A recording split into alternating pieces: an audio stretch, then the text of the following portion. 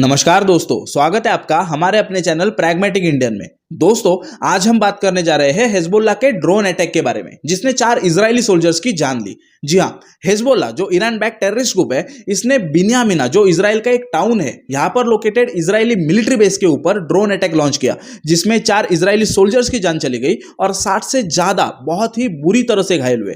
ये जो attack Sunday को हिजबुल्लाह ने लॉन्च किया, इसे 7 अक्टूबर 2023 से आज तक का डेडलीस्ट अटैक माना गया है। और आपको पता ही होगा कि 7 अक्टूबर को हमास ने इजराइल के ऊपर 5000 से ज्यादा मिसाइल्स को लॉन्च किया था।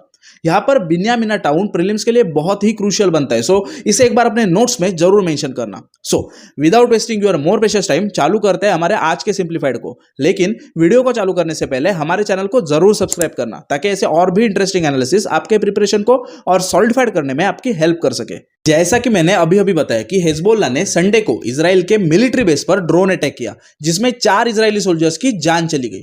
इसमें और एक इंटरेस्टिंग बात यह है कि यह अटैक उसी दिन कैरी किया गया जिस दिन यूनाइटेड स्टेट्स ऑफ अमेरिका ने यह अनाउंस किया कि वो इजराइल को नई एयर डिफेंस सिस्टम देंगे, जिससे इजराइल को मिसाइल्स के अगेंस्ट प्रोटेक्शन मिल सकता है। इसके साथ साथ यूएसए ने यह भी एश्योर किया कि वो इस एयर डिफेंस सिस्टम के साथ अपने कुछ ट्रूप्स भी भेजेंगे, जो इस सिस्टम को बहुत ही अच्छी तरह से ऑपरेट कर सकते। अब अगर आपने नोटिस किया होगा तो यहां पर 2 चीजें हमें नजर आती है। सबसे पहली चीज यह है कि पिछले महीने ही इजराइल ने हिजबुल्लाह के ऊपर पेजर अटैक किया था, जिसमें कई सारे हिजबुल्लाह के मेंबर्स की मौत हुई थी। और इस पेजर अटैक के चलते यह भी कहा गया था कि हाल ही में ईरान के फॉर्मर प्रेसिडेंट इब्राहिम रईसी जो हेलीकॉप्टर क्रैश में मारे गए थे, इसके पीछे भी इजराइल का हाथ हो सकता है। अब फिर वही बात होती है कि ये सब स्पेकुलेशंस है, लेकिन जो इंसिडेंट्स क्रोनोलॉजिकली सामने आ रहे हैं, इससे हम यही अंदाजा लगा सकते हैं। रईसी की मौत, इजराइल का हिजबुल्लाह जो ईरान बैक ग्रुप है, उस पर पेजर अटैक, इसके बाद ईरान के सेमनान प्रोविंस में अर्थक्वेक, जिसे ईरान के सीक्रेट न्यूक्लियर टेस्ट से कनेक्ट किया जाता है, और फाइनली अगेन हिजबुल्लाह का इजराइल के ऊपर ड्रोन अटैक। ये कहीं ना कहीं इजराइल के अगेंस्ट जो आइडियोलॉजिकल वॉर है, इसे साफ दर्शाता है। अगर आप इजराइल ईरान कॉन्फ्लिक्ट को अच्छे से समझना चाहते हो तो ऊपर आई बटन पर जरूर क्लिक करना, क्योंकि इस वीडियो में हमने इजराइल और ईरान के रिलेशंस को डिटेल में कवर किया है। ये थी पहली चीज कि इजराइल के अगेंस्ट जो स्ट्रॉन्ग आइडियोलॉजिकल ओपिनियन है, इससे मिडल ईस्ट में डिस्टर्बेंस फैल रहा है। लेकिन दूसरी और सबसे इंपॉर्टेंट चीज ये है कि जैसे हमने अभी डिस्कस किया कि यूएसए के अनाउंसमेंट के तुरंत बाद हिजबुल्लाह ने इजराइल के मिलिट्री बेस को टारगेट किया।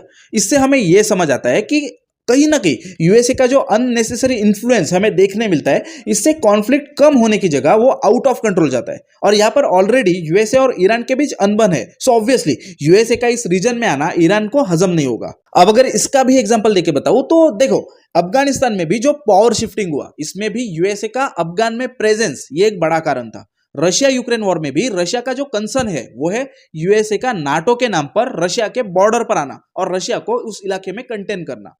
इवन चाइना इंडिया कॉन्फ्लिक्ट में भी चाइना का सबसे बड़ा कंसर्न है यूएसए।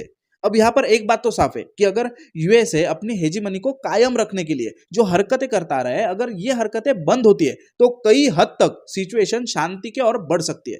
आप इस पर क्या सोचते हो, कमेंट करके जरूर बताना। नाउ हिजबुल्लाह ने इस अटैक की रिस्पॉन्सिबिलिटी लेते हुए यह कहा कि उन्होंने गोलनी ब्रिगेड जो इसराइल की मिलिट्री इन्फेंट्री ब्रिगेड है, उन्हें टारगेट किया, और इसके लिए उन्होंने स्वार्म ऑफ ड्रोन्स का इस्तेमाल किया। बेसिकली स्वार्म ऑफ ड्रोन्स मतलब अनमैन्ड एरियल व्हीकल्स या फिर ड्रोन्स का एक ऐसा ग्रुप जो स्पेसिफिक टास्क को अंजाम देने के लिए काम करता है। यहां पर प्रीलिम्स पॉइंट ऑफ व्यू से गोलनी हाइट्स और स्वार्म ऑफ ड्रोन्स बहुत क्रूशियल बनता है, सो इसे भी आप अपने नोट्स में जरूर मेंशन करना। और एक बात, जो 2 ड्रोन्स हिजबुल्लाह के द्वारा लॉन्च किए गए, उन दोनों का नाम था मिरसाट ड्रोन्स, जिसे ईरान में अबादिल टी के नाम से जाना जाता है। यहां पर मैं ये सजेस्ट करना चाहूंगा कि आप एक बार मिरसाद या फिर अबादिल टी ड्रोन्स के बारे में इंटरनेट के माध्यम से अच्छे से जान लेना, क्योंकि यूपीएससी ने प्रीलिम्स एग्जाम में ऐसे क्वेश्चंस कई बार पूछे। इस अटैक के तुरंत बाद हिजबुल्लाह ने एक ऑडियो मैसेज रिलीज किया, calling their members to defend your people, your family, your nation, your values and your dignity. और इस मैसेज से यही इंडिकेट होता है कि इजराइल ने लेबनान में हिजबुल्लाह के ऊपर जो पेजर अटैक किया, इसका यह रिवेंज था। लेकिन इस अटैक के बाद एक सवाल जोरों शोरों से उठने लगा है कि इजरायली डिफेंस सिस्टम, जिसे one of the most reliable systems कहा जाता है, वो इस यूएवीज को कैसे रिकॉग्नाइज करने में असफल हुई। ये तो श्योर है कि इजराइल को अपने डिफेंस सिस्टम के ऊपर और काम करना होगा, लेकिन मिडल ईस्ट में और कितनी तबाही होगी, कितनी जाने जाएगी, ये इससे भी बड़ा सवाल है। एनीवेज, इस कॉन्फ्लिक्ट में और कुछ अपडेट्स आते हैं तो अलग वीडियो से मैं इसे जरूर कवर करूंगा। तो यही था हमारा आज का एनालिसिस। आपको कैसा लगा कमेंट करके जरूर बताना। तो मिलते हैं अगले सिंप्लीफाइड में।